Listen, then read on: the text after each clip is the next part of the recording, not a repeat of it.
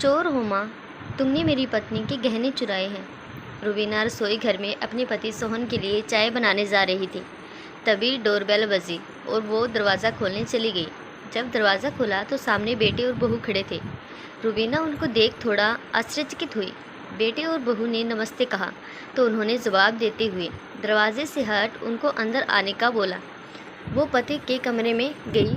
अशोक और निधि आए हैं। रुबीना कमरे में घुसते ही पति सोहन जी से कहा। सोहन जी ने अखबार चेहरे से हटाकर पत्नी की तरफ देखा, थोड़ा गुस्से से पूछा, वो लोग क्यों आए हैं, उनका क्या है यहाँ? थोड़ी तल्खी से बोले, आता हूँ बाहर।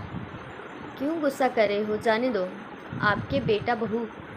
और अभी आगे पति से कुछ कहती कि सोहन जी ने ठोक दिया। बस करो रुबीना, कितना सब्र करोगी, कभी तो जुबान से कुछ कह दिया करो, किस मिट्टी की बनी हो। सोहन जी बाहर आए तो ड्राइंग रूम में अशोक और निधि, उनके बेटा और बहू बैठे थे। पिता को देखते ही दोनों उठे और पाँव छूने के लिए झुके। ठीक है बैठो, कहते हुए सोहन जी एक सोफे पर बैठ गए। रुबीना किचन की तरफ चल दी। जब तक रुबीना चाय और कुछ खाने पीने को लेकर आई तब तक कमरे में गहन चुप्पी छाई रही। रुबीना जी ने ही पूछा, और सब ठीक है? आज 5 साल के बाद हमारी याद कैसे आई? अशोक ने पहले माँ की तरफ देखा, फिर पापा की तरफ देखा और बोला, याद तो मम्मा बहुत दिनों से आ रही थी, पर हिम्मत आज ही कर पाए हैं आपके सामने आने की। और अशोक अचानक उठकर पापा के पास गया और उनके पैर पकड़कर बिलख उठा। निधि ने मुंह नीचे कर लिया, उसकी भी आंखें नम थीं।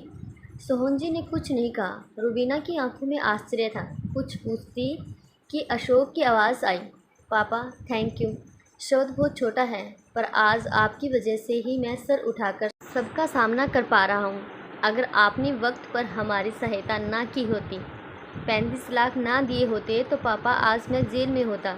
रुबीना ने चौंक कर पति की तरफ देखा। 35 लाख कब दिए, क्यों दिए, ये मुझे नहीं पता, और आपने मुझे बताया भी नहीं। अब आश्चर्यचकित होने की बारी अशोक और निधि की थी।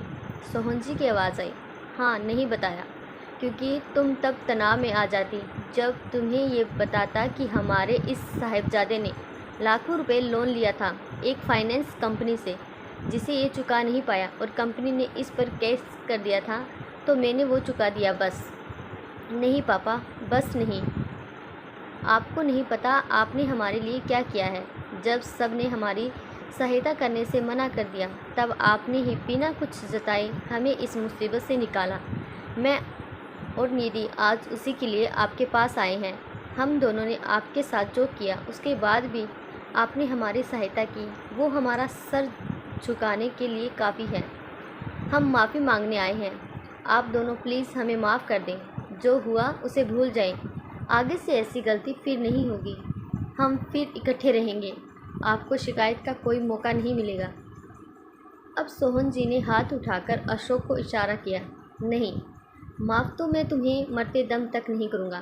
तुमने मुझे कुछ कहा होता तो शायद मैं सह भी लेता, पर तुमने और तुम्हारी बीवी ने अपनी इस माँ पर सोने के कंगन की चोरी का इल्ज़ाम ही लगा दिया।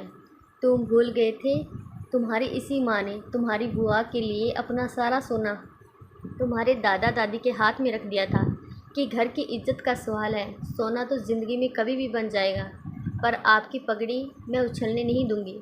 खुद नौकरी करते हुए भी कभी पैसे का मोह नहीं किया।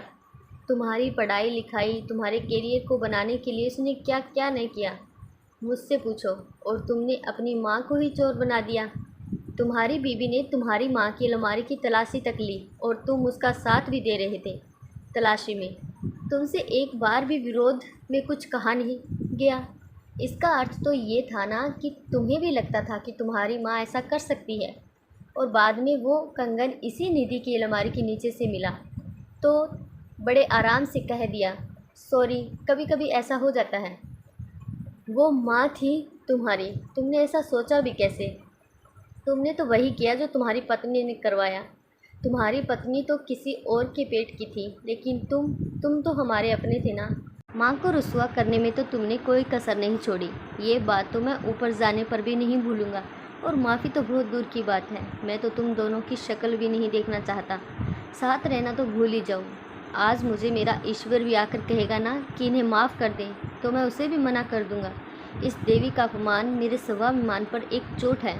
वो सहायता भी इसीलिए की थी मैंने कि अगर तुम्हारे जेल जाने की खबर इसे मिलती तो ये उसी दिन ऊपर चली जाती, और मैं इसे खोना नहीं चाहता। वो सब मैंने तुम्हारे लिए नहीं, अपने लिए किया है। हाँ, अगर तुम्हारी माँ तुमसे मिलना जुलना चाहती है, तुमसे रिश्ता रखना चाहती है, तो ना मैंने पहले मना किया था, ना अब करूँगा। फैसला उसका है, कोई दबाव नहीं है। पर मुझसे तो तुम दोबारा जुड़ने की उम्मीद भी मत रखना। कहते हुए सोहन जी उठकर घर से बाहर ही निकल गए। अशोक ने माँ की तरफ देखा तो रुबीना बोल उठी, बेटा, शायद तुम्हें ये बात अभी नहीं समझ आएगी, पर जब तुम खुद बाप बनोगे तब समझोगी कि औलाद का एक गलत कदम ही माँ बाप को तोड़ने के लिए काफ़ी होता है। माँ बाप तो अपने ही होते हैं, बस औलाद ही बदल जाती है। कमरे में चुप्पी का ये आलम था कि सुई भी गिरती तो आवाज़ हो जाती। रुबीना भी कमरे से निकलकर अपने कमरे में, क्योंकि बेटा और बेटे की मोहब्बत अपनी जगह, लेकिन उनकी भी कोई इज्जत थी अपनी नज़र में। अगर आज वो बेटे को माफ़ कर देती तो खुद की नज़र में कभी उठ नहीं पाती। निधि और अशोक भी उठकर अपने घर चले गए। अब उनकी ये सज़ा थी कि माँ बाप की माफ़ी के बिना ज़िंदगी गुजारनी है।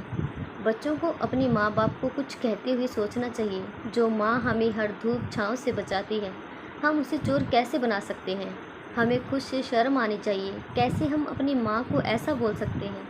हम बच्चों को थोड़ा सोचना समझना चाहिए कि कुछ कहते हुए।